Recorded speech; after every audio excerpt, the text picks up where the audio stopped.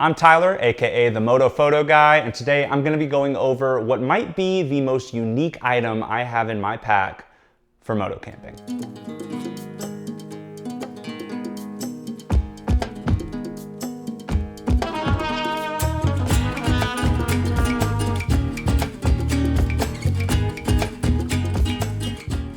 I spend a lot of time camping off my motorcycle, like 100 days a year kind of time. And I'm also a caffeine addict, and so I tend to bring coffee or energy drinks or little energy shots with me on any camping trip I go on, no matter how far it is. Last year, I brought an entire pound of ground coffee with me up to the Arctic Ocean so that I could make coffee at camp every night. This year, I went back to the Arctic Ocean, and I had the opportunity to try out a very unique but interesting new type of coffee. This is not toothpaste. This is coffee concentrate in a tube. It's by No Normal Coffee, and they call it the outdoor coffee. Now, outdoor coffee doesn't mean outside to them. What it means is out the door, as in there's not a lot of prep time, and it's true, there's not, because the concentrate is a solid. It's basically just a coffee concentrate paste that comes in a tube that tastes a lot better than the old instant coffee crystals that I'm sure we've all tried once or twice, and it packs a lot more of a punch. The caffeine hit on this coffee is insane. What I found most useful about it was that you don't have to stop and boil water and make it into a drink if you don't want to. You totally can. Tastes a lot better that way. But when I was riding, I was doing long days out on the trail, and I needed a little bit of an energy kick in the middle of the day, and I didn't want to stop the bike, take out my jet boil, and boil a bunch of water just to have a little bit of coffee. But instead, I could just take a little and squeeze it into my mouth, and I got an instant caffeine kick that would keep me going for a few more hours. Now, the first thing that I wondered about was, how is this gonna taste? It's a concentrate, and I've definitely drinking liquid concentrates before, and they are super bitter. They're concentrated. They're meant to be watered down, and I tend to just be too lazy to actually water it down. What I found though was when you actually make it into a coffee, like you boil some water and drink it, it tastes pretty good. It's bold, but it's not super bitter. It has sugar in it, so it's got a little bit of sweetness to it. I thoroughly liked the taste of it while I was drinking it. While eating it, it is crazy bold. That's because, again, it's a concentrate. It's not just like, you know, a little bit of coffee. Like, you're supposed to take just a tiny amount of it to eat it.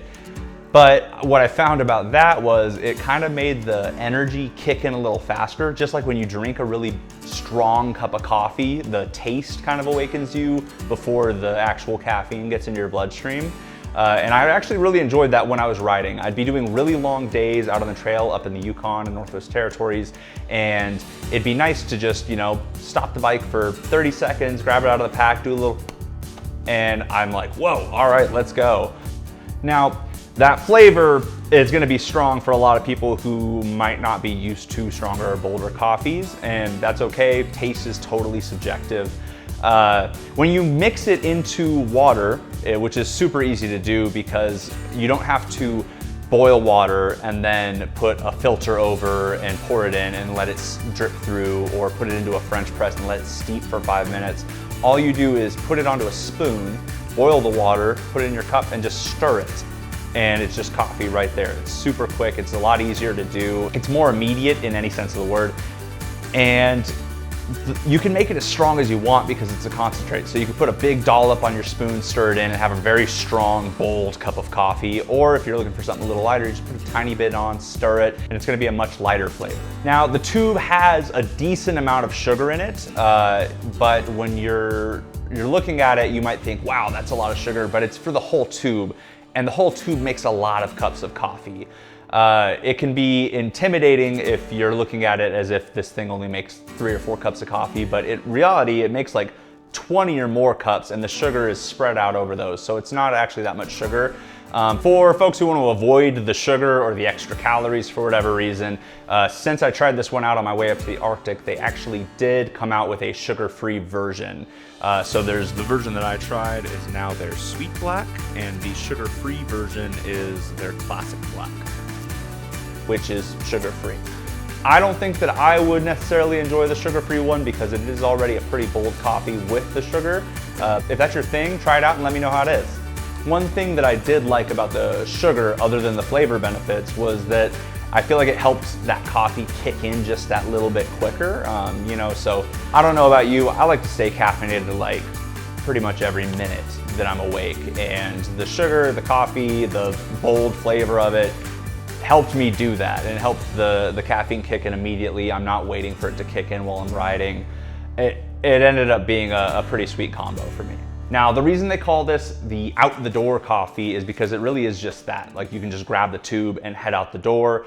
You could just squeeze it onto a piece of bread or a protein bar and eat it for quick energy. Or if you want to spend a little bit more time, you can boil some water and make it into an actual cup of joe.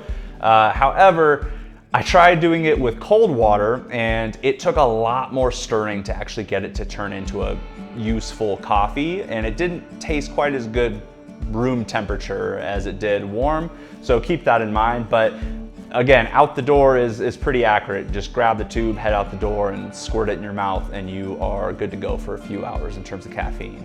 Now, the main reason that this coffee is so good for moto camping and ADV riding is its size. That's something a lot of people don't think about when it comes to packing for a moto camping trip. It's not so much weight, which weight is a thing that you want to manage very efficiently for ADV riding, especially if you're doing off-road riding. However, pack size is huge. Last year, when I went up to the Arctic Ocean, I brought an entire pound of ground coffee with me so that I could make coffee at camp along the way. And it was great. It tasted awesome. I liked the kind of routine of getting into camp and making some coffee in the evening or some tea, and then boiling some water in the morning, making coffee before I went out for a ride. However, the pound of coffee, while it might not have weighed a whole lot, it weighed 1 pound, it took up so much space in my pack. I also had to put it in a bigger bag, so that way if it got poked by something else in my bag, I didn't have coffee grounds all over anything. It was kind of a lot to deal with. This coffee though, is the size of a toothpaste tube. It's so small, and it's like a metal tube, so you don't have to worry too much about it getting popped. It weighs damn near nothing, and it just takes up no space. And I think that for ADV riding and moto camping, that is one of the biggest factors that you need to consider. So if you're doing a long moto camping trip, especially somewhere remote like the Arctic Ocean, where you can't just pop into a cafe or a gas station every hour or two, this is huge. And if you're going on an extended trip, it lasts a while too. So a pound of coffee, it seems like a lot, but it really doesn't make that many cups of coffee. At least if you're making them strong like me, I had a whole drip coffee pour over situation at camp, and I would do a few scoops in there, and it lasted me up to the Arctic and about halfway back, but it was a lot of coffee to bring for that amount. This tube, I was able to make coffee at camp so many times on my trip. It was a 2.5 week trip. We covered about 4,000 miles, and I still have a large amount left. I have probably a third of the tube left, and I was making coffee quite a bit, not just making it, but also just eating it straight out of the tube. So the fact that it lasted me that long goes a long way to show that not only is it packed small, it actually gives you a lot of servings for what you're getting. Let's talk about price. I got this coffee off of Amazon for about 20 bucks a tube. They have a 3-pack, but even the 3-pack comes out to around $20 a tube. And it seems expensive for this tiny little thing of coffee you're getting, but if you compare that to a pound of ground coffee, it's not much more. And if you compare that to getting a similar amount of coffees at gas stations or cafes on your trip, which would be like 20 plus coffees at a gas station, it's quite a bit of savings. So I don't think it's priced too harshly. I think it's kind of right where it should be at in terms of that. The coffee comes from Switzerland, so the fact that it's on Amazon is pretty convenient, so you can just have it shipped to you next day if you live in the States and don't have to wait on shipping or tariffs or anything like that. I know coffee is a touchy subject for some people. People like me drink coffee mostly for the energy, for the caffeine that it gives us to be able to keep going throughout our day, and a little bit for the flavor, because it's nice. Other people might consider themselves more of a coffee connoisseur, and the concept of coffee coming out of a toothpaste tube or in a concentrated form is blasphemy. And I get it, it's all subjective, but I really encourage you to try it before you knock it. It doesn't taste bad. It tastes pretty good. It's like a bold, dark roast when you're drinking it out of the cup. Squeezing it straight out of the tube into your mouth, it's a lot of flavor all at once, which makes sense. It's a concentrate. But if you put it on like a protein bar or something with a little bit of chocolate, I think it tastes pretty good. And again, putting it in boiled water as it's meant to be and stirring it, drinking it like an actual cup of coffee, it's like a pretty decent tasting dark roast. Overall, I think the No Normal coffee in a tube is the perfect addition to any coffee lover's moto camping checklist. It's compact, it's super lightweight, and being able to just eat it right off the bike really quickly instead of having to stop and boil water anytime you want a kick of energy is a perk that I don't think that I could live without now. I put a link to the coffee on Amazon in the description of this video. It's not an affiliate link, it's just a normal link. So if you are curious and you want to try it out, go ahead and head down there and let me know what you think.